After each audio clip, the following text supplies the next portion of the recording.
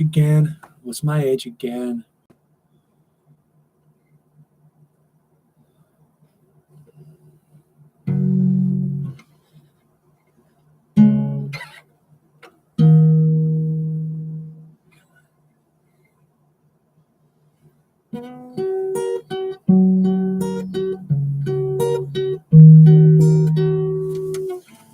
Nobody likes you when you're 23. Why are you taking life so seriously? ADD. What's my age again? What's my age again? Just wrapped up September over the board chess. Only played 3. I went to the Mizzou game one weekend. And if I only play in 1, I can make it home in time to get my dog from daycare, not have to pay an extra night, and enjoy the evening. I work nights. And the internet is such an interesting variable. I need to play over the board to stay sharp. But especially when I win and I played a good game, I like to just go talk to the grandmaster in residence during round 2 while all the other athletes are beating each other up. Even the best athlete at these events, which he's very good, slightly below a master, would get beat blindfolded by a grandmaster every time. Give the grandmaster the black pieces. Grandmaster will win blindfolded against the best athletes in my tournaments almost every time. So I'll talk to that grandmaster. More importantly, while everyone else who has access to that grandmaster in residence is playing and not, what do you think about this one? What about this move? I hear how he thinks. He doesn't just analyze my game. I hear how he thinks about it. He thinks about chess. So I won another game. We'll bring my over the board rating back close to its peak of 1550. This athlete, I've started writing down. I try not to show names. I don't know why anyone would care, but I write down the range because it fluctuates so much, especially at my level. I look at their highest rating in the last month or 2. And if it's substantially better than their current, I'll put the current rating to that higher rating. It can be really scary when playing an athlete like this. I wouldn't say, well, I guess he's a kid. But not a kid that most think of. I mean, kids can be scary in chess. But he's playing a ton, and his rating's fluctuating at a pretty good level. So it's 1,400, 1,500, but all over the place. They're scary to me because that's how I am. A little inconsistent. But the kids who are consistent in the even 1,500 range, which is where I'm at, so my level, they're consistent, solid players. I tend to beat them, and it's not very hard. I just have to lock in for one game. But the kids who are fluctuating a lot, they're probably trying some things. They're taking lessons. They're going to be trying some things I haven't seen. I have to figure it out. And that's when I get my hard losses. But I handle myself fine in this one. I got an advantage out of the opening, even more so than I should with white. You can't do that against me. I played very well with even a slight lead against athletes at my level.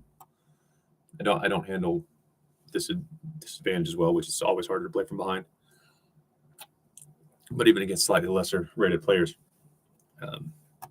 I don't know when to force draws. I don't really know how to play for a draw in a lot of situations. I don't want to. Good to end September 3-0. Played a lot of online. I've watched a lot. After I'm done talking to the grandmaster, I try to watch the top board, see how he's using his clock. If he's thinking, I try to guess what he's looking at or what he's considering. Is he confused? Is he ruling out alternatives? I try to beat him. And one solid game played where I'm really trying to work on things. I have my focus points. I'm noting, I think I threw away my notation sheet, but I'm noting the clock by the time available on my end and the opponent's. Then I'm considering if I would have had more clock or if I would have not thought on move 7 because I should have figured that out faster. What could I have done in that position where the clock was different? I'm looking at all kinds of shit. And then I'm watching better players and listening to the best players. at work, since it's so intense dealing cards. A lot of smoke, a lot of distractions, machines making noises you can't make an error. Got to follow procedures. About 1 hour and 20 minutes on, 20 minutes off. Print out a Grandmaster game. Recently, Hikaru's beating everybody, but I printed out the one he had against Ralph, which is a master in St. Louis. Now look at it. Of course, Ralph's way better than I am, possibly better than I'll ever be. And 20 minutes, that's about all my brain can handle of top-level chess. I understand what they're doing.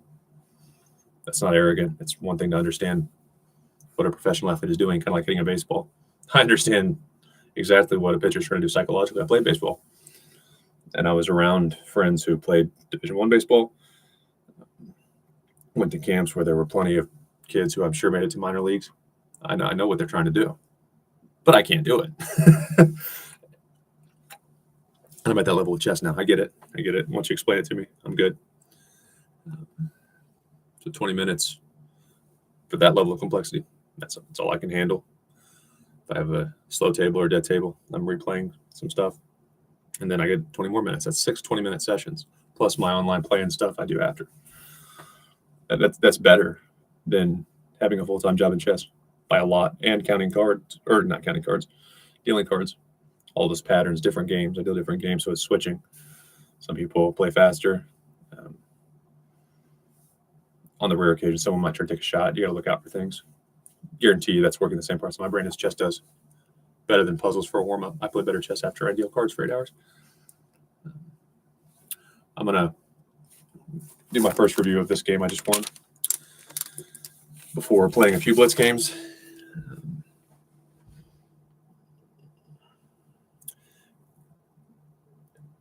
I'll make this point a million times. If you look at my past content, it's in about every video, one way or another. The variable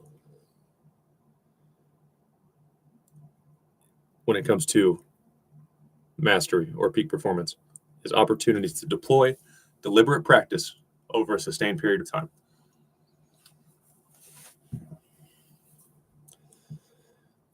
Talent is important.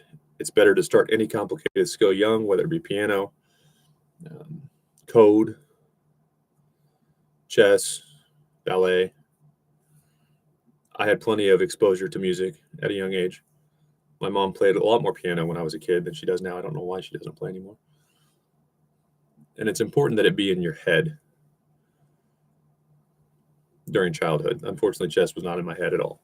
Not even how they moved, not what the names of the pieces were. I probably knew what a pawn was. Show me a pawn, I'm sure I could call. Actually, I could call it out. There's a lot of call it out bullshit in the chess community. Just remember, I'll see your perspective. If you see the perspective of Kyron Lacey killed himself, there's been many men in that position. Oh, he's innocent, actually. That's why you can't do that, even if the man is guilty. It's terrible. But before my first recital, and only recital as a kid in piano, my instructor, her name is Eula, I think she's still alive, but barely, was really high on me. Told my mom I had a lot of talent. It's a shame I'm stopping. It was baseball season, I think. So he's really picking up quicker than my other students. Is he practicing that much on his own? What's going on? How's he doing it? And I practiced about as much as they all did because I was playing sports. I listened to my mom play. I didn't practice. It was coming pretty easy. And then when I picked up music again in adulthood, two main people motivated me. One of my roommates my sophomore year of college. His name's Weston. He's the only good friend I have who's substantially better than me on guitar. And the second motivator, his name's Eddie or Heriberto. And I don't know if he plays as much guitar. He played like 7 instruments. He's probably quite a bit better than me on guitar, but he's just super talented. And those two got me back into music. And it came much quicker because I was exposed a little bit as a kid. That little bit of exposure when our brain is young and flexible is so important. But it's still not as important as opportunity to deploy deliberate practice over a sustained period of time, regardless of what stage of life we are in.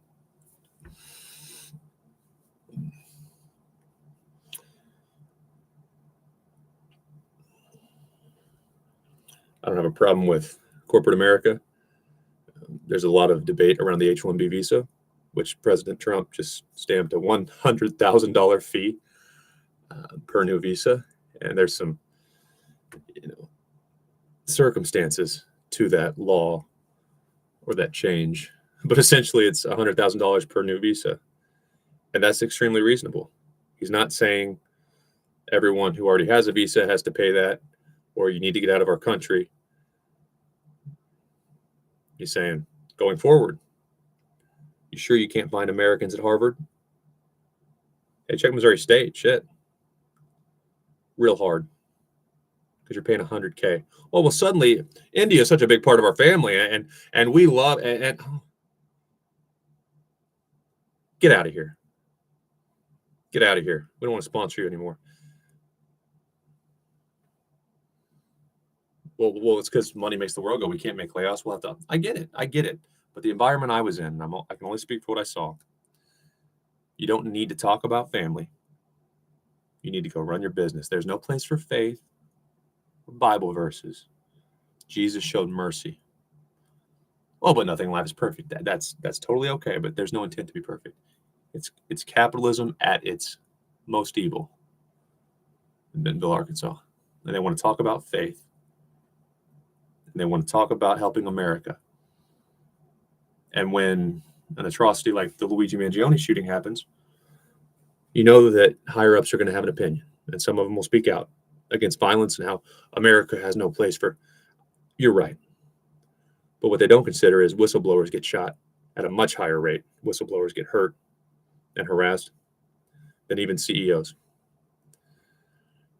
Not only whistleblowers, every large corporation lobbies Congress. How much money goes into it is publicly available, in the hundreds of millions for a lot of large companies. And that kind of money going to make sure we get our visas. That kind of money's out there that doesn't like people like me. But I need to shut the fuck up while they run their mouth about topics they're not qualified to speak on and no one wants to hear from them about. From the lowest level manager at a corporation on up to the big shots. Nobody elected them to do anything but maximize profits for the stockholders. And Americans did not elect those individuals. A company's board, likely a founder's kids or spoiled ass, ungrateful kids, never had to work for anything. It's different when you have no guarantee, by the way. It's not hard. We work in our family business. Yeah, you get $1 billion. A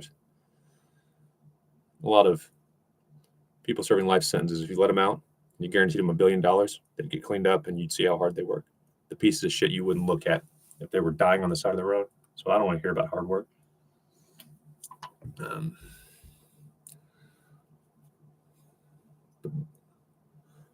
But it's okay for them to talk about America.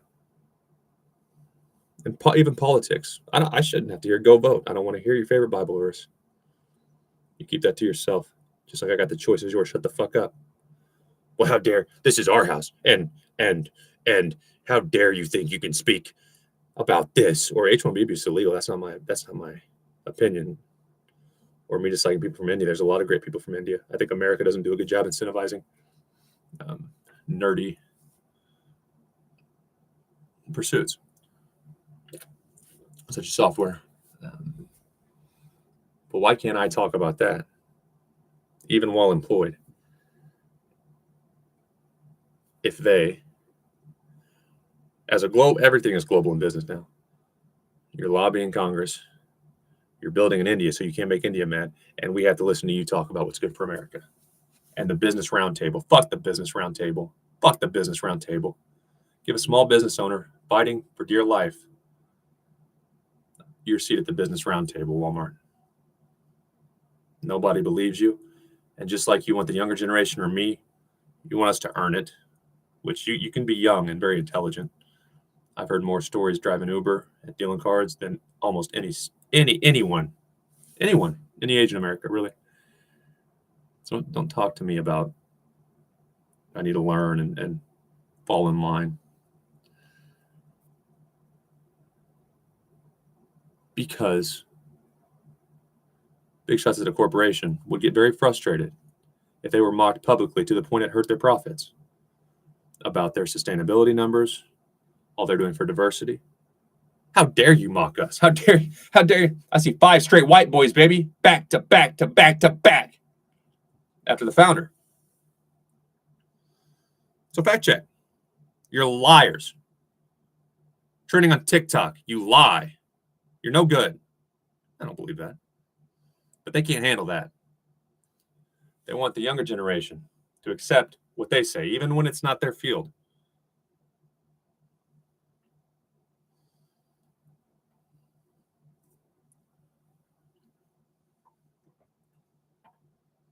But when we say something, we're harassed or chased out. Chess is the most objective way to prove points. Those mostly straight white men in business I'm talking poorly of, though I don't necessarily think they're stupid or incompetent, grew up about like me. And a lot of the black men and women who they're finally giving a chance to, as they should, are not the ones who were, generally speaking, super underprivileged. It's Harvard. It's parents had a little money. So don't act like you're helping kids who are dodging bullets in the ghetto.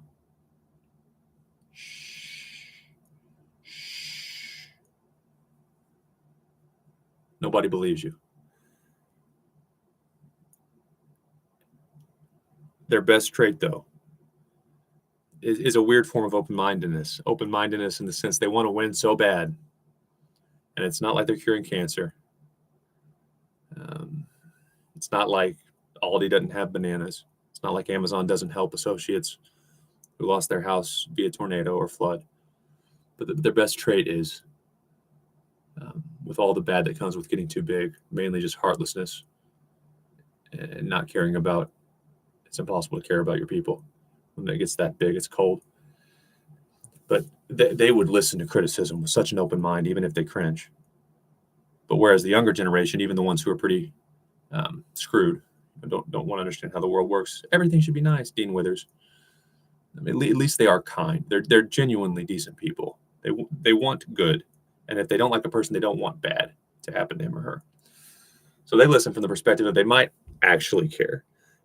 But the corporate types that I knew, they're sitting there with a notepad. If we messed up or screwed someone like Dayton Carr, they will never resign.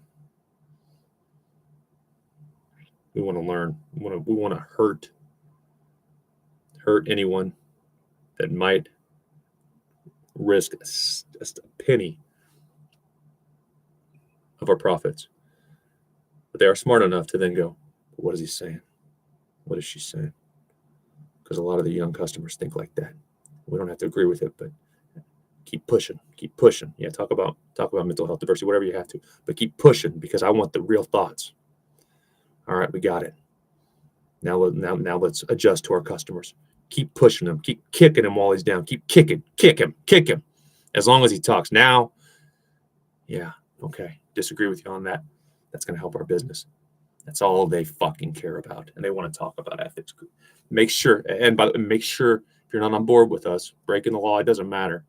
Make sure he or she hates us, because we got to be sure. It's a fucking cult. It's the worst cult.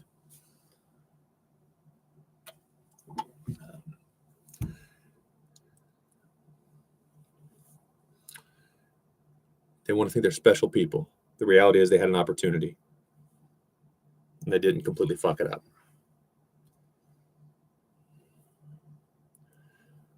Many important people want to believe that once we reach adulthood, there are winners, there are losers. We're winners. Get away. You didn't touch code as a kid. You're not a developer. Get the fuck out. Yeah, soldiers died so I could try. I want you to say it. I want you to say H-1B holder is cheaper. And some are very good. But you can control them with their citizenship chances. They can't tell you no. And instead of trying to see another generation's perspective, concerns about AI, all the violence escalating, like you're the only ones that are scared of it, instead of seeing our perspective and trying to create a business environment that works for both generations, including all our differences of opinions on important topics in politics. It's much easier to hand someone our jobs who can't fucking tell you no and then say, see, they respect us. If Americans would just get like that, get like slaves.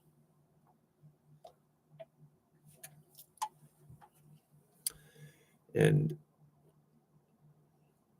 I mean, in chess, the best players especially, we got no shame. They'll never resign. They'll keep going.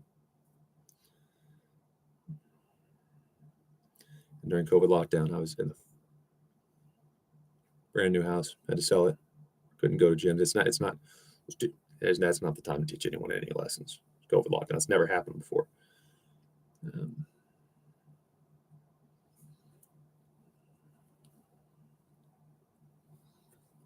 And for some friends to not understand how the world works, or those who do understand not want to accept how the world works,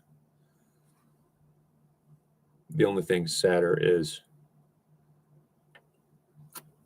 the people who do truly understand how the world works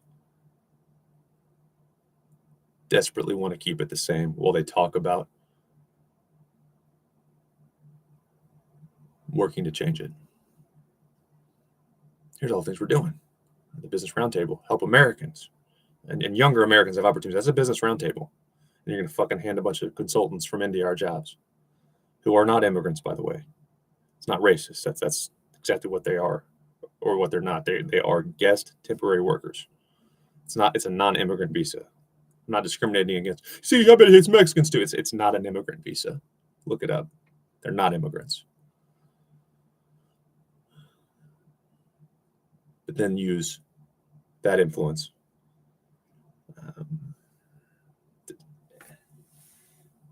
to act like younger Americans should just assume that you're good for us. Ah, man.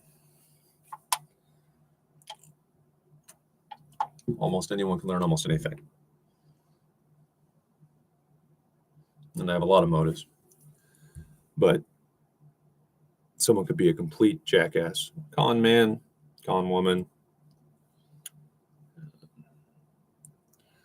But the internet is interesting. You don't have to have access to a grandmaster if you're playing poker. You don't have to be Phil Ivey's friend anymore. It's all available for all ages. And if adults begin mastering shit, like The Greatest Showman, the guy who started the circus, was it Barnum? He got hell. Because you're not supposed to do that. And I truly believe some important people that I worked for would rather the world go up in flames while clinging to, you do it this way. They would rather it go up in flames than to adjust or even listen to alternatives. I'm not supposed to get good at code unless you studied it since you were young. All right, that's how it is. They're so ignorant.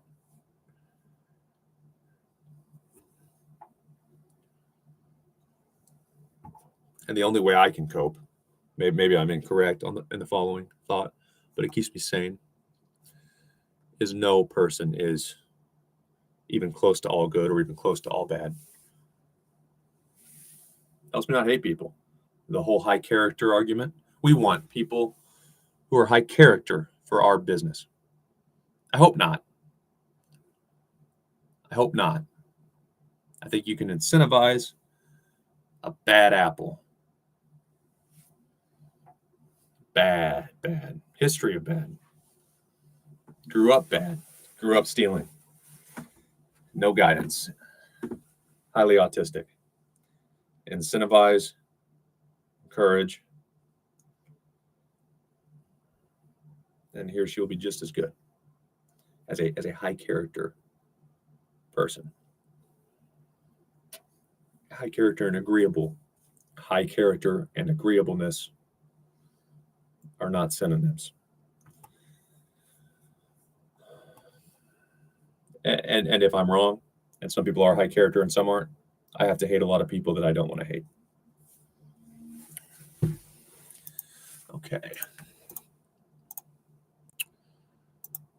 Let's get this logged in. Tato Tuna was my last victim.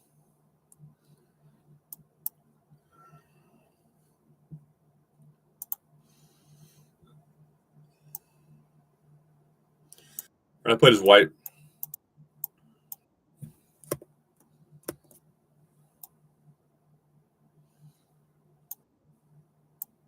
This is a faster game. I didn't get there early enough to do my research on this person, which is why I'm getting good enough to where I wouldn't say my opening prep is going to help me a lot, but I could plan a little bit if I know about the individual. And I know this is not good already, so now I'm excited. When we have the advantage, it's tempting to rush, and in the shorter time control, it might not be a good idea to rush a little bit. But I know that's not good already. And this is what online chess does if we're not careful. You're going for cheap crap. I'm pretty sure I just brought my knight back because I know this. I know you're screwed. If I play pretty well, it's not a very good decision.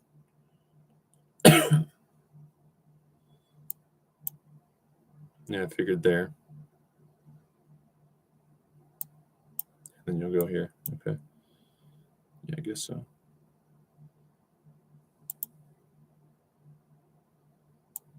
And then you can start. Yeah.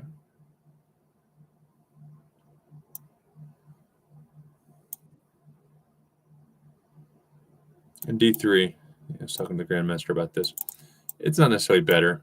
I guess it's slightly better than D4, though my engine depth probably isn't turned up. But at this level, when that happens and we have an obvious advantage, you just gave me a pawn. You gave me a pawn. Solidify it. Solidify it.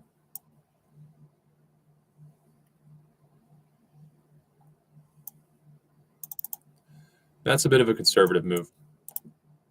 Maybe not the move, but the reason I made it, which is I'm already up a pawn. Let's just try to simplify. It's not the right thought process, which matters a lot more than the results right now. And again, there's no reason. There's no reason to be doing that. I've already given my advantage back.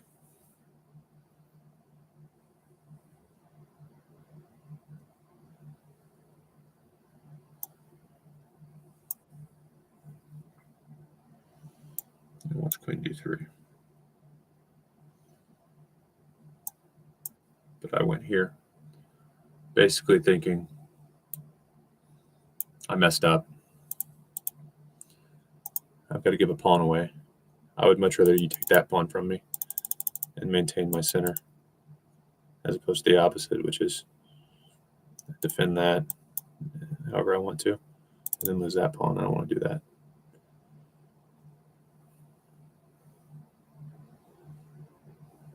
No, this is an interesting move.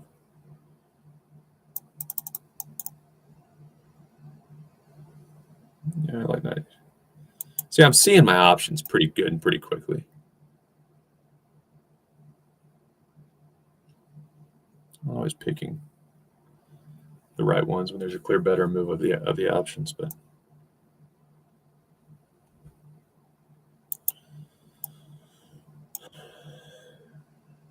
you want me to take on c5? I figured you did, but I wasn't comfortable with it. So I went here. I guess that's bad. Again, I've just memorized how opponents play at each level, and then after I get punished enough, I start adjusting. I know you want your bishop.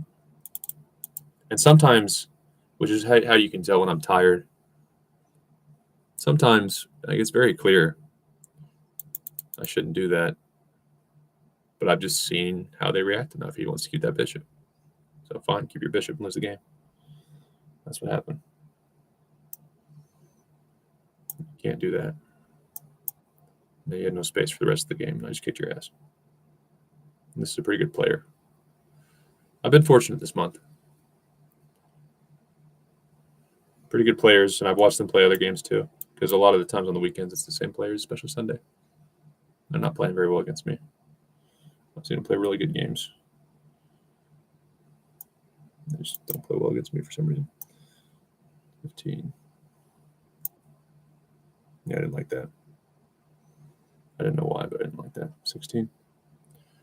Knight f3 is just okay, but I don't know why that's so much less than the other 2 or 3 options. That seems pretty good, and it's comfortable, which is important when you have the lead. 16. b5. I knew b5 was coming which way. I moved that knight because otherwise my knights don't protect each other. After you chase that one, I'd have to move, and I can't because I'd lose it. So it was good, and I didn't waste time thinking about it.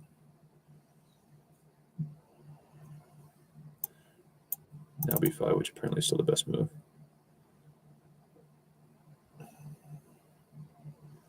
Yeah, I liked it there.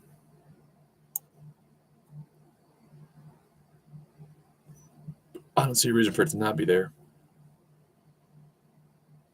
And then if you didn't play c4, I was. I don't know the opponent's thought process, of course, but that's not always a bad plan. I want to play c4. You should probably consider playing it because it's good for me. Sometimes if it's good for me, that's enough for a reason to play a move.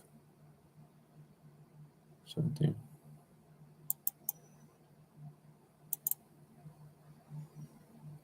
What was it? Queen g6. Yeah, so you're getting too locked in. He probably plays too much on the chess as well.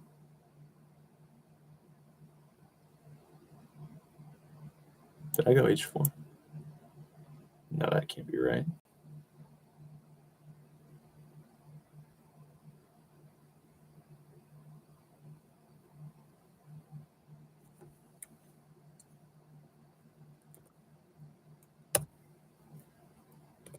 So it's definitely at 17.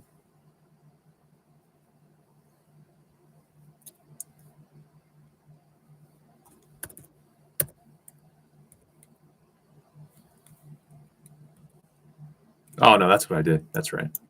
That looks right. Okay. So now you played g6. Now I played 93, which I bet is going to like it better. Yeah, that's right. And now you played c4 for the same reasons I mentioned. 19. Is this even now?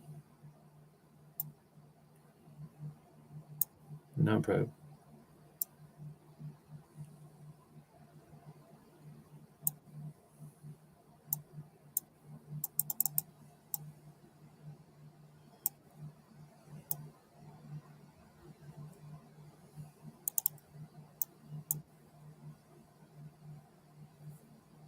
Really?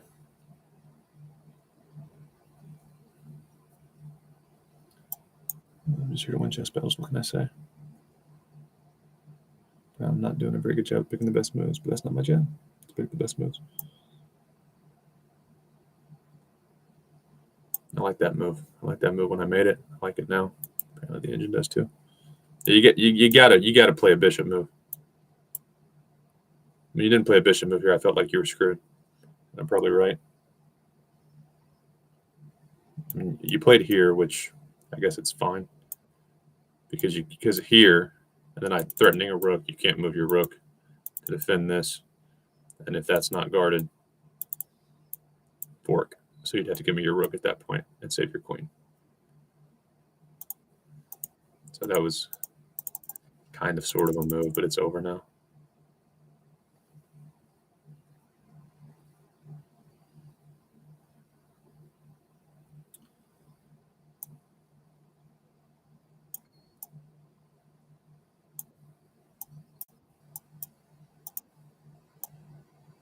Yeah, now it doesn't matter much.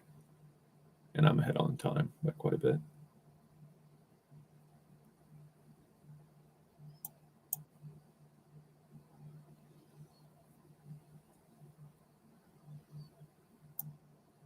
I probably could have played f4 a couple times.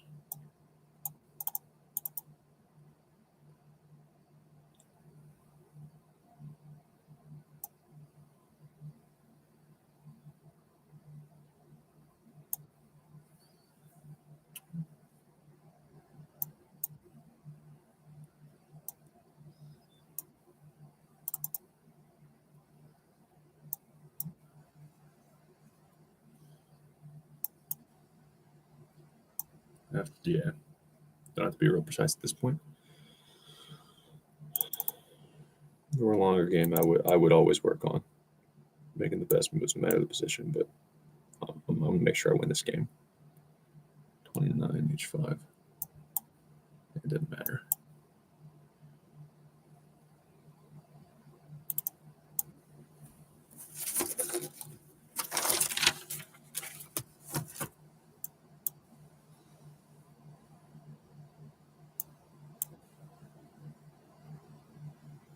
It didn't like this much.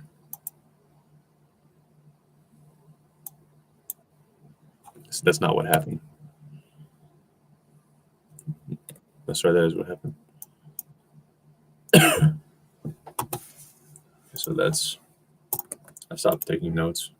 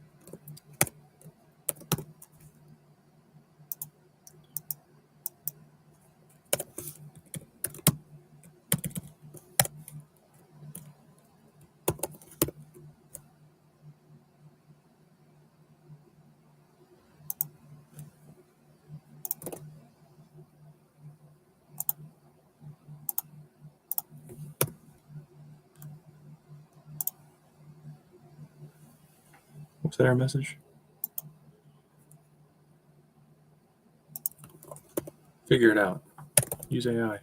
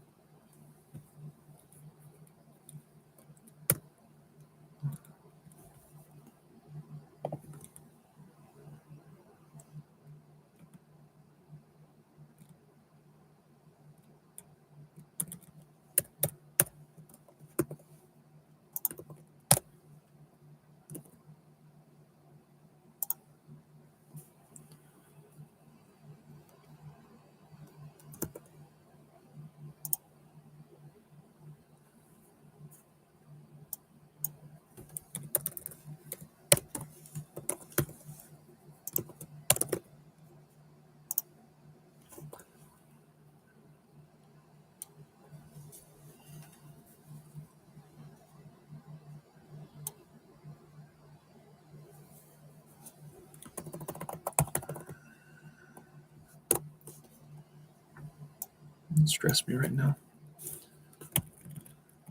It's been a good weekend. I don't need this shit.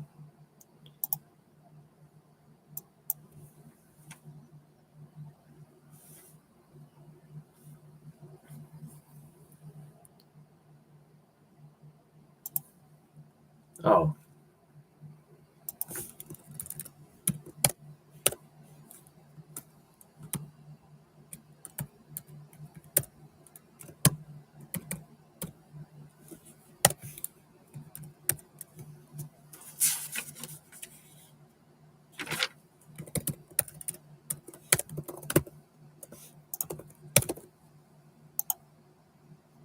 That error message is not applicable.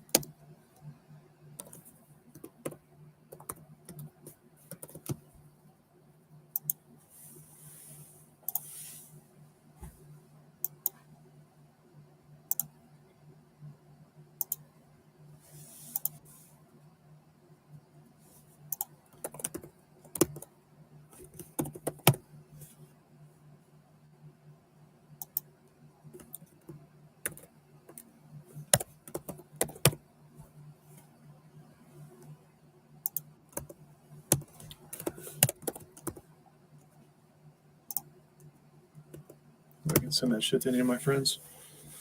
We're having a bad day.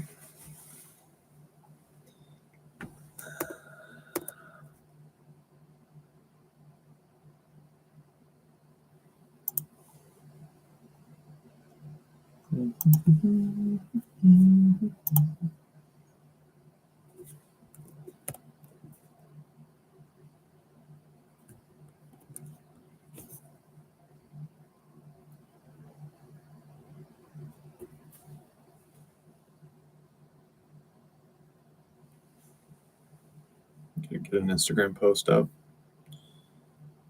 because I think technically I'm supposed to be an influencer until I'm a grandmaster, which I wouldn't put myself through that. I have most respect for grandmasters.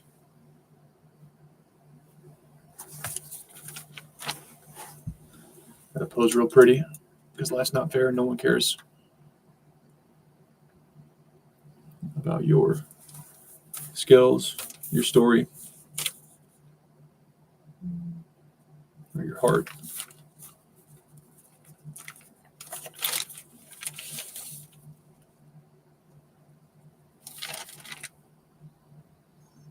Care about silly photos. The sexier, the better, especially for women. Mindless content.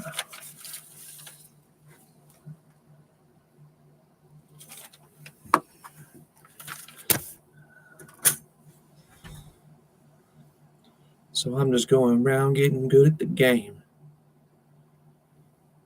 I graduated in every year. May I get that school's out feeling. Damn it, I hate to cheat up, but I'm drowning in the freedom. Blame it on the bikinis party, cause of my martinis in the sunshine.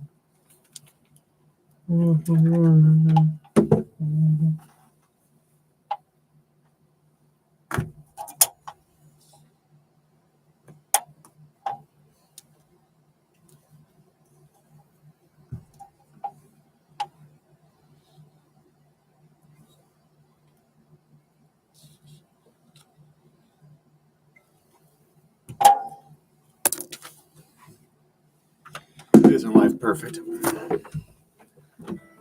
Hey, I'm thinking about killing myself. ChatGPT, can you write a caption that makes me sound a little bit nicer? Sure. Oh,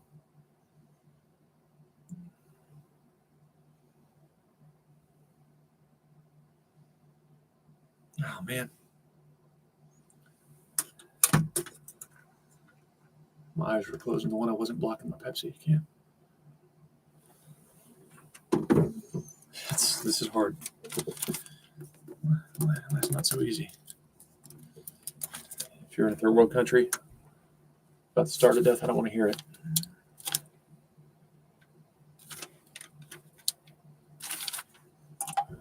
I'm going through the ringer right now. Trying to be cool. I want you to see my pins.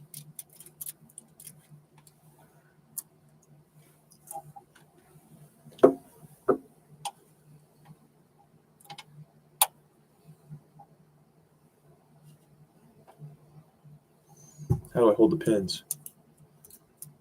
How do I split the pins without blocking my Pepsi bottle? That's pretty good.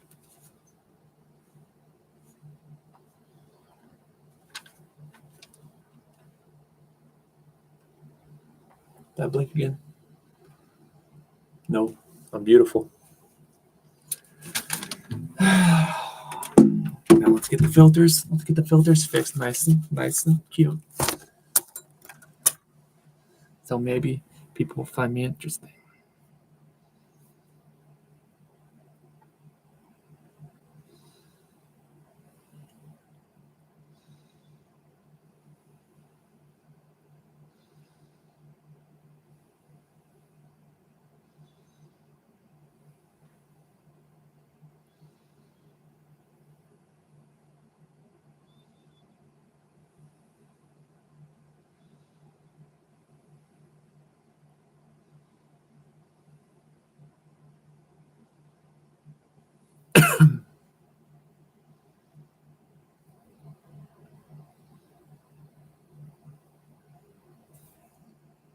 What's my suggested audio here? Cardi B. I like Cardi B.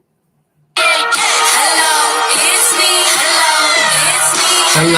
It's me. Hello. It's me. It's me. It's me. Yeah. It's me. Hello. Cause it be me popping off shit up these hoes. It be me, my body, TM bitches goes. It be me, we messing, blowing in the sun. What's he saying? Telling niggas mama raise a bottle, yeah. It be me just looking perfect, head to toe. It be, Okay, let's use it. it's me. Let's use it.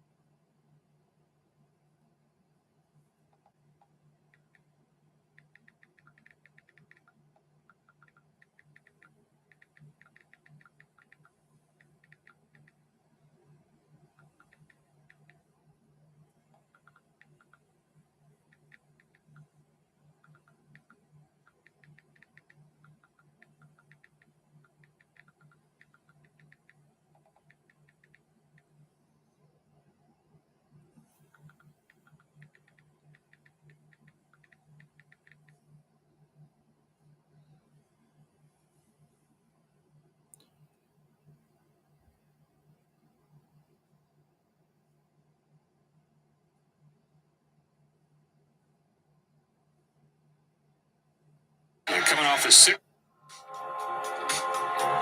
You think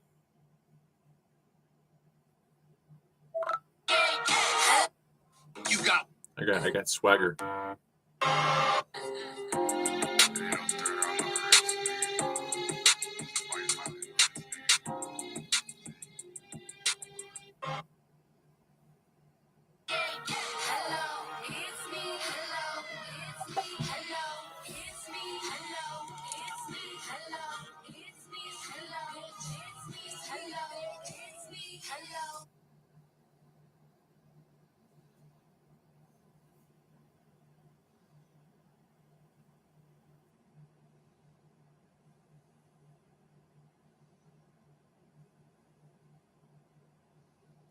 Cool.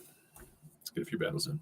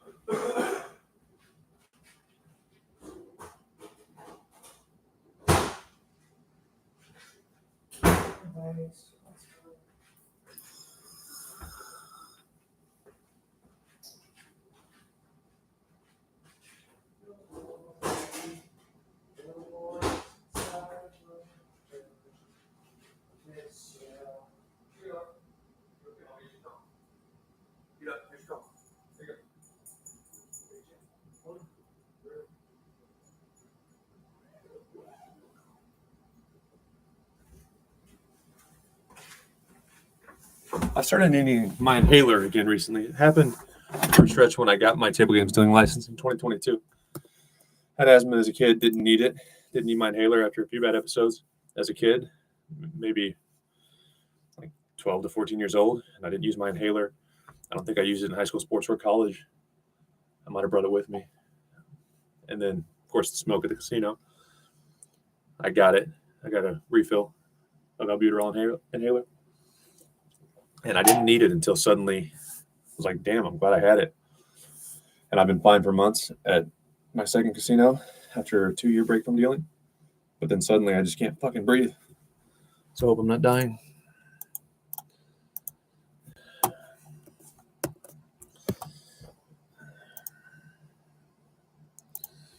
I need more challengers. I don't want to work for it.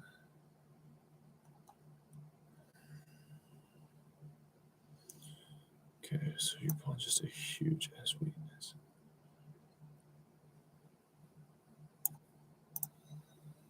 That's your only hope, but you can't keep it.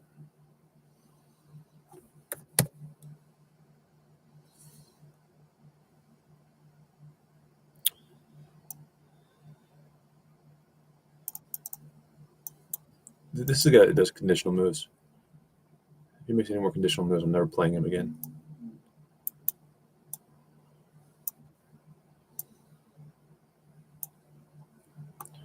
I might get right by him. Let's see.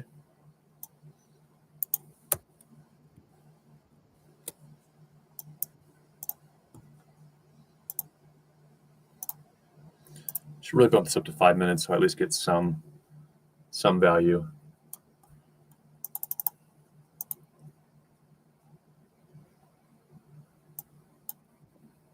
For minutes, you don't have time to calculate anything. I think it's a better indicator, blitz, chess versus rapid, or even classical. It's a better indicator of talent or potential, which talent matters. Let's say talent doesn't matter. Because I follow the journeys of several.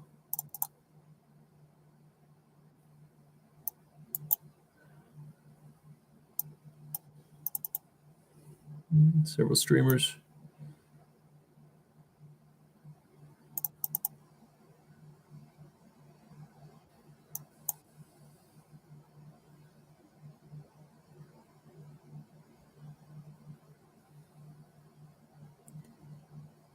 And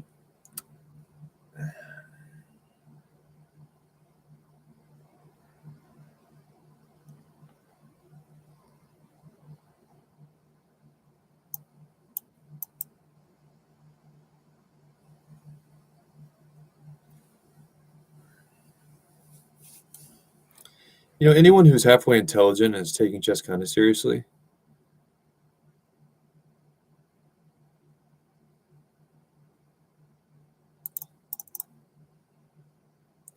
they can think through their problems with enough clock, as long as it's not against an opponent a little better than me or a lot better. If they're better than me, they can really start to screw with you.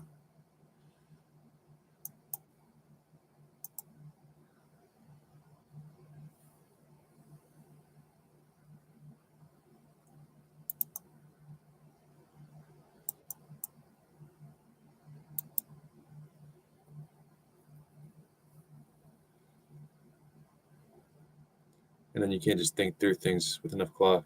You just don't understand what's happening. So no amount of clock would help you. But you give anyone who's smart, like that Emily Plays Chess person is an interesting example.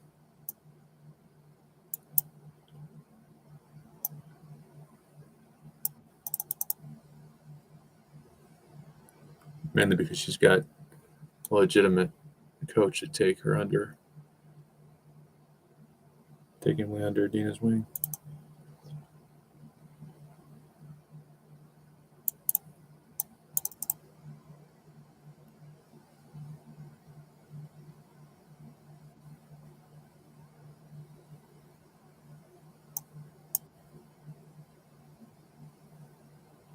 But I expect Emily, as long as Dina's training her. What's wrong with you? You child.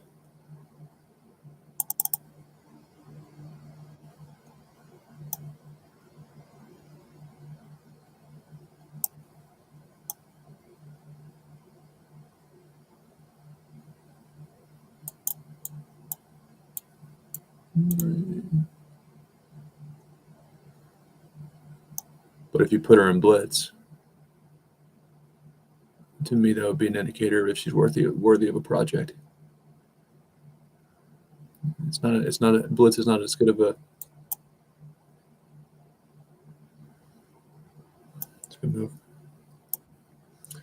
Good of a predictor of how good one currently is.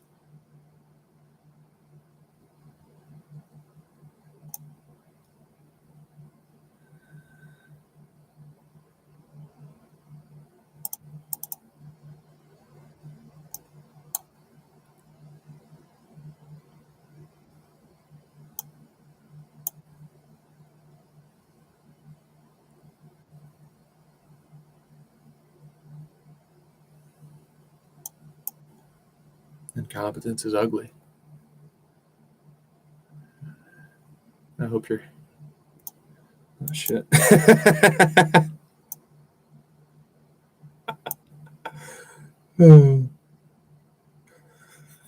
Think +2. That's why you think +2.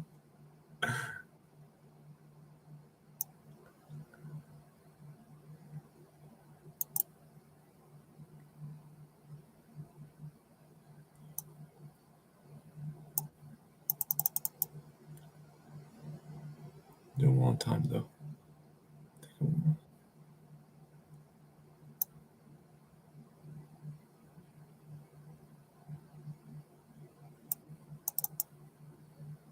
Oh, it's doing well.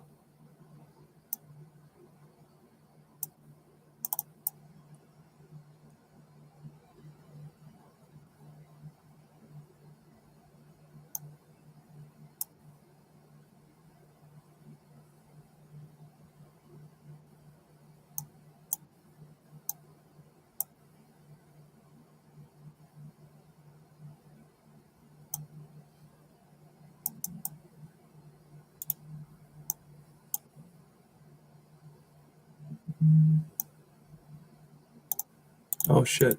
Good job.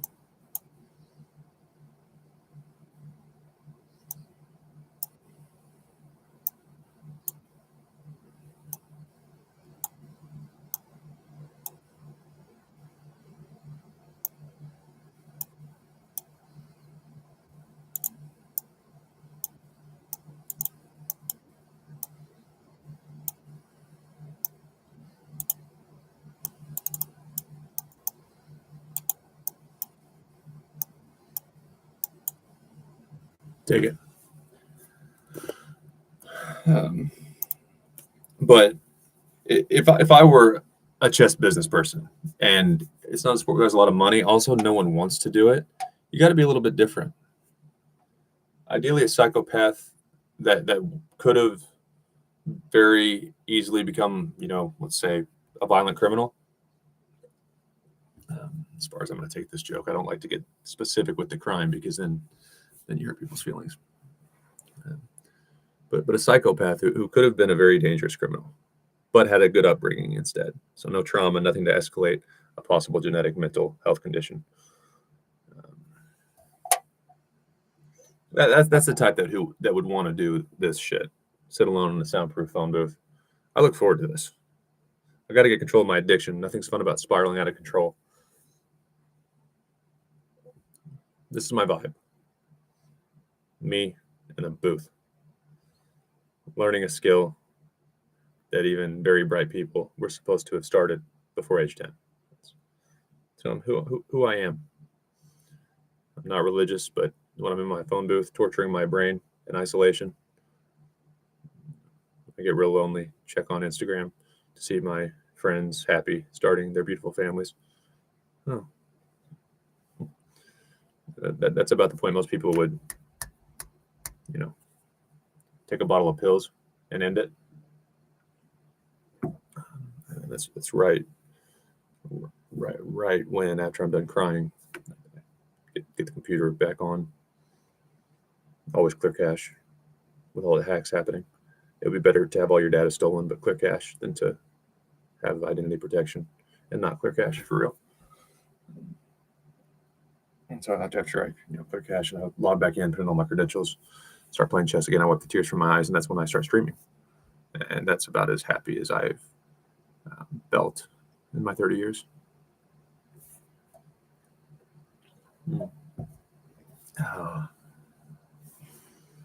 I'll probably get married eventually, but it would have to be to an intelligent woman, and I don't think that's a good relationship or likely to last in marriage.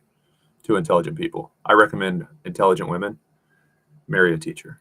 Really, if you are intelligent, and especially if you're intelligent and attractive, which are the types who almost always are attracted to men like them, you have to rewire your body to only want to have sex with teachers.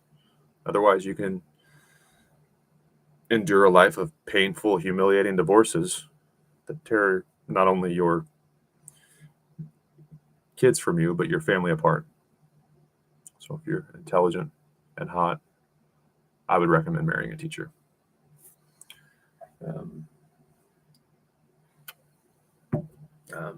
But that's also who I'll end up marrying, is that type of woman, at least once. And then once it goes up in flames, I'll have to find whatever the equivalent for a man is, which men are more interested in looks. So I guess maybe a woman who's not very physically attractive by most people's definitions will be my second marriage. And if I get divorced twice, I'm just going to sit in my phone booth and order DoorDash. Phone booth, DoorDash, chess. Hey, we saw you walking your dog. Yeah, she's got to go potty. She can't piss inside. Otherwise, I'd sit in here all day and night. Day and night. The lonely stoner seems to free his mind at night. Some things will never change. Silly game we play. Hold the phone down. Yeah, but this chick, while you're walking, she was at the bar crying about her divorce. She thinks you're cute. Fuck, not. I'm 0 for 2. Sorry. Right now I'm 0 for 0, by the way. No kids, no STDs, no crazy ex-girlfriends that I know of. But if I had 2 divorces, I would just give up. So my first marriage, it will probably be a woman who's attractive and bright, not because I care what she does. I prefer a woman who's very bright but not successful. If I were choosing my first wife, super bright, could have climbed the corporate ladder all the way to the top of any Fortune 500 company, but she didn't. I want a kid. No status. Because then I feel like I have to do shit. And I don't mind doing shit, but not if someone tells me I have to, or I feel like I'm supposed to. Then I'll just be a bum. So that'll be my first one. And then when that, who knows, flip a coin these days. But when that marriage ends, it dissolves. I don't like the word ends. Ends implies we didn't try. I'll go to couples therapy. I'm going to filter on Bumble because I'm caving to women at that point. I would never use Bumble now because I'm not desperate. But I would probably switch over to Bumble after my first divorce. And if there were a way to filter, I know everyone's beautiful and we're all equal. I should have been in the NFL. I know. Who cares about my 4.9 40-yard dash? The guy with the 4.4? Yeah, fuck him. I have feelings too. Let me play. Everyone gets a trophy. So every woman is beautiful equally. But if I could filter on Bumble for between a 5 and 7 hot for my second wife, that would be perfect.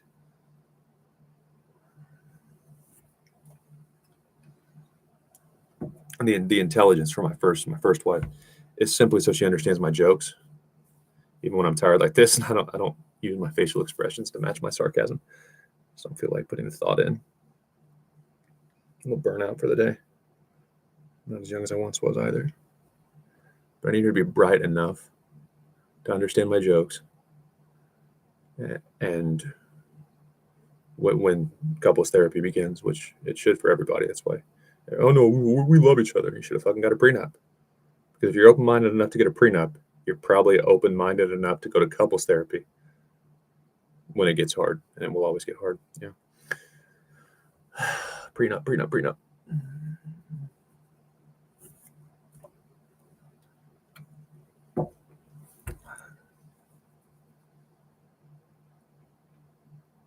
I explain why I'm doing what I'm doing. Why I want to live in a soundproof phone booth, and most importantly, that's the only woman, unless we have mutual friends, which I'm a big fan of that. I message you, I see you on the street. I'm not necessarily outgoing, but I'm a cold approacher. That's it. It's a better story. No, dating apps, we're gonna figure it out, but I don't think relationships are gonna last that way. It's not a story that you want to tell your friends, and if there's shame or any kind of cringiness in how you met, it's hosed. Every time you gotta introduce the guy or girl, nah. You have to do anything but be excited and impromptu about how you met. Oh, this was the second message was the best one. You're getting divorced. I think Match.com has the best chances. It's a little bit older. As time goes on, money gets a hold of it, and it's just suggesting enough people that you are compatible with, so you don't delete the app, but not enough to where you're happy. So it's basically choosing your spouse for you, and then you're gonna get divorced. So I just hit on women as they walk by, and only intelligent ones text me back. That sounded like a pretty narcissistic thing to say, but like when you look at their education and what they do, like, I don't get a lot of replies from like women who aren't smart and a little bit I hate to say stuck up. Toss my business cards at they're driving by. I'm like, yeah, fuck it. But it's because I don't like a lot of guys will. Oh well, she's playing hard to get. She can play fucking hard to get. I'm gonna go play chess. I don't do it. I could try to understand people, and if I have to, depending on the job or friendship, depending on how interesting that acquaintance that I might want to make my friend is. I'm not perfect. I have a lot to put up with, so I might put on my best attitude and smile, and I'll try to approach the relationship as normal people would, but I don't like it. So one game, jealousy. When I'm jealous, it gets me turned on. You don't understand. I was testing. Fuck it. But when women are super intelligent to an annoying point where I don't like independence. I don't think men. I'm Andrew Tate. That's a lot more kind, and I would stand up for women. I don't want them to like hurt, but I don't think it's good that men are getting their lives ruined on social media, and women wonder why they can't find a husband. Some of them, especially the most desirable ones, it's because you're fucking better than us in every way, and you have more options to speak without fear of retaliation. So then men suddenly aren't very how we're designed to be, protective, dominant.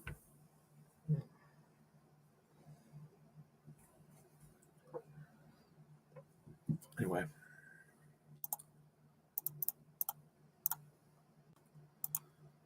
So I'm just pretty much going to play chess, back to my phone booth.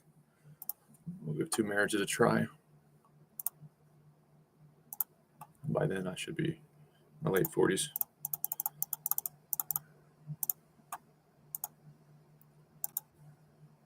The only form of jealousy that would be be good for my personality and my relationship goals would be after the first divorce.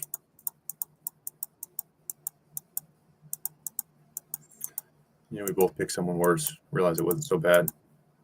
Hopefully we have kids during the first marriage.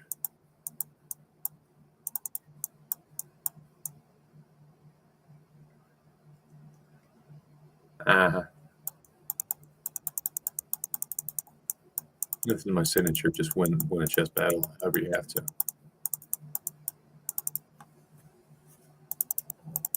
And then after we both been with someone a lot worse, hey, we got kids anyway. Yeah, it's not the kids' fault. We're fucked up. Did you really want to go through the whole dating thing again at age 50? I guess not. Yeah, cool, me neither. And we'll revive our marriage.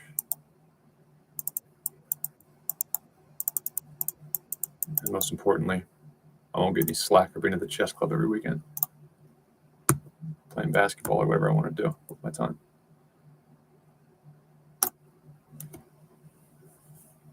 Okay. I'm going to go walk my dog back to N+1 or my goal +1, 2100 +1.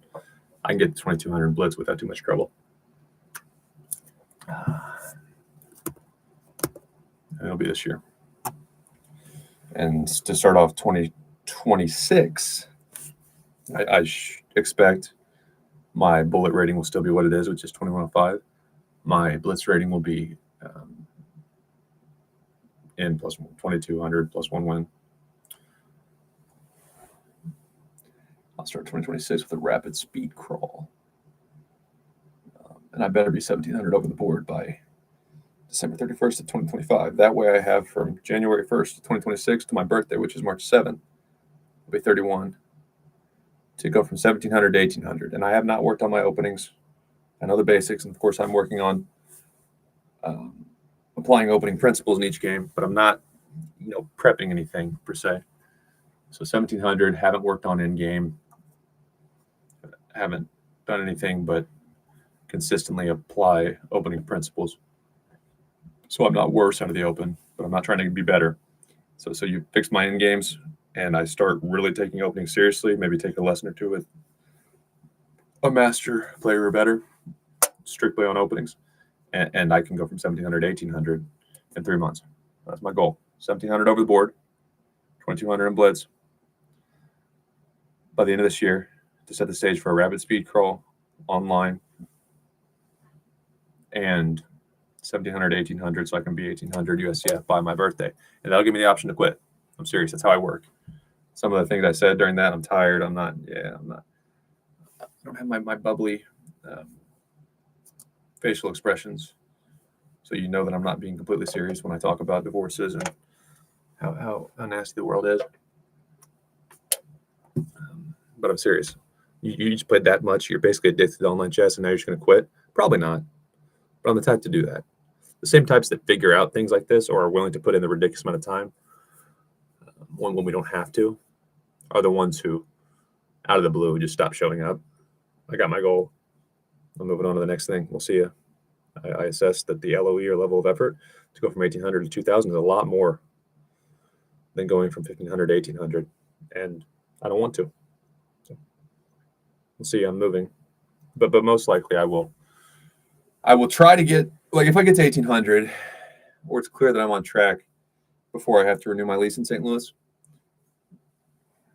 I don't want to be anywhere I'm not welcome, but I've done nothing wrong. I have no criminal record. I say things on social media because you have to stand out. I would move to Charlotte.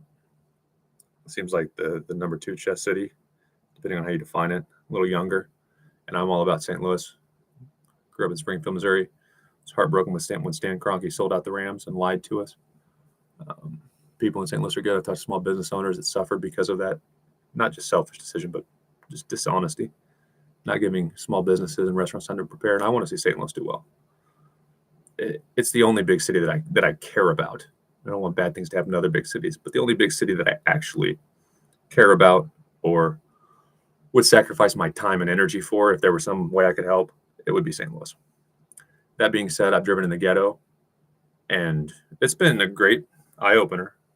I was not happy with a few family members. One told me I had a mental problem when I was playing chess, and that's when I was starting, so I was no good. It really hurt my feelings a lot. And after seeing what some people go through, Uber driving, I didn't have any like permanently bad relationship. That's not how my family works, but I forgave anybody, and I was just thankful that I have everyone in my family on either side, every single person, whether they disagree, whether we've had a falling out, which doesn't happen often. If I got in a wreck or something happened with my health, they would be in St. Louis tonight.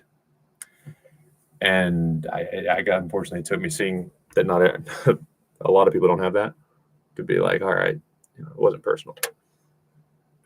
But still, though I'm thankful for those experiences, I dealt cards overnight while several, athletes, newer athletes that are adults, because that's the big talk, is how good can an adult get? How good can an adult get, man? I don't know. Let's just fucking give everyone a chance. They don't want to do it. They're just going to pay them. Mm-hmm. And none of them are worth a shit. And none of them are showing signs that they might ever be worth a shit. And I showed signs early. I'm much higher rated now. And I played real openings. I've had a plan. So without having anyone to work with me, like one-on-one, I'm already a lot better than all those projects, which even the streamers who are used to be pretty good, like they're no good. They're about as good as the number 1 or 2 athlete at the tournaments I play in on the weekends, which is not even near the best in St. Louis, not even in the top 50 in Missouri. And these are the people making a living, not because they're not. I don't have a problem with it, but they're not my people. That's not my people, and I'm probably not their people. Like aside from I use Anna Cramling as a reference because like it was her parents' route, and she chose to do a variation of that. That's admirable to me. She could have tried to do what they did. She loved her parents. There was no bitterness that she's not going to be them, but she still wanted to be involved. It's kind of like instead of taking over the family business, you learn from them, and you want to prove yourself on your own. I respect that. But a lot of streamers, like the reality is being good looking is a huge part of it. And when I have gotten my ass kicked by athletes, and they're not bad players, a lot of the better streamers, don't get me wrong, or a lot of the bigger streamers, but they would get their ass kicked by at least one player at almost every tournament I'm in. And that player, who is the better player at these weekend tournaments, is thinking, what am I doing here? I just love chess, and I'm never going to make a dime because they're not funny or they don't want to put themselves out in the spotlight. They're not funny by the internet standards, and they're doing it. And I like those people. I'd rather hang out with them or nobody. And to be Uber driving and dealing cards, and now I want to do those things. I like hearing the stories. It keeps me out of trouble. More importantly, at the times I would be doing the things I like to do. Don't touch me. Stay the fuck away from me, all of you. It's not personal.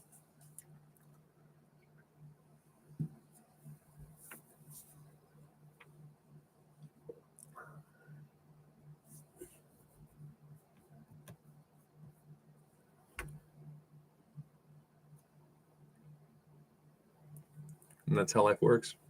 When you could use some help, no one gives a shit if you get shot while Uber driving in a rough part of St. Louis. And when you don't need help, people start holding out their hand. That's how it's going to work. That's how it always works. And that's why I'd like to move to Charlotte.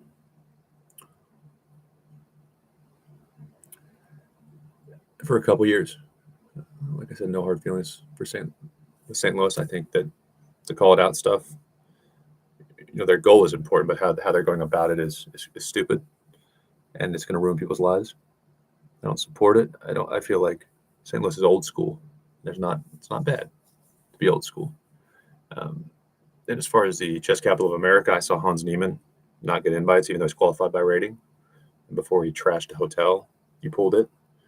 You let a foreign worker, even though Carlsen's the best ever come in here, defame a young American. And most Americans, like I talked about being a good type of psycho, man, when you're 19, Harvard rejected me. All right, if I can't play chess, if I have to go through this to play chess and possibly never make money. Now Hans Niemann's going to anywhere else, any other really good school. It's not quite Harvard. But to his credit, he was crazy. And he dealt with the defamation. Man, if you're gonna pull my invites after talking about all the good being done for America, while you replace me, if I were Hans Niemann, with people from other countries that are very good and qualified, and America, where every commentator is not American. Your best players you imported to take opportunities from Americans. That's corporate tech. And changing for the sake of change is not good. That's why America overwhelmingly elected Trump, is just because there might be some better, or at least ready to contribute now, talent elsewhere. Does not mean we should just assume Americans can't do it or don't want to do it. And chess capital of the world, maybe, but as far as America, there are arguments that could be made for. I haven't been to Charlotte, but for other places. And I would never say a bad word about St. Louis, aside from Bobby Fischer was crazy. I wouldn't pull advice from Hans Niemann or let men get our lives ruined on social media. And they have amazing people, especially instructors. But that's the thing I would miss the most. I don't know if Charlotte has anywhere near the quality of instructors I just sat with the Grandmaster for an hour. If I had the platform where I could blow him up, and other people would know about how good of a teacher he is.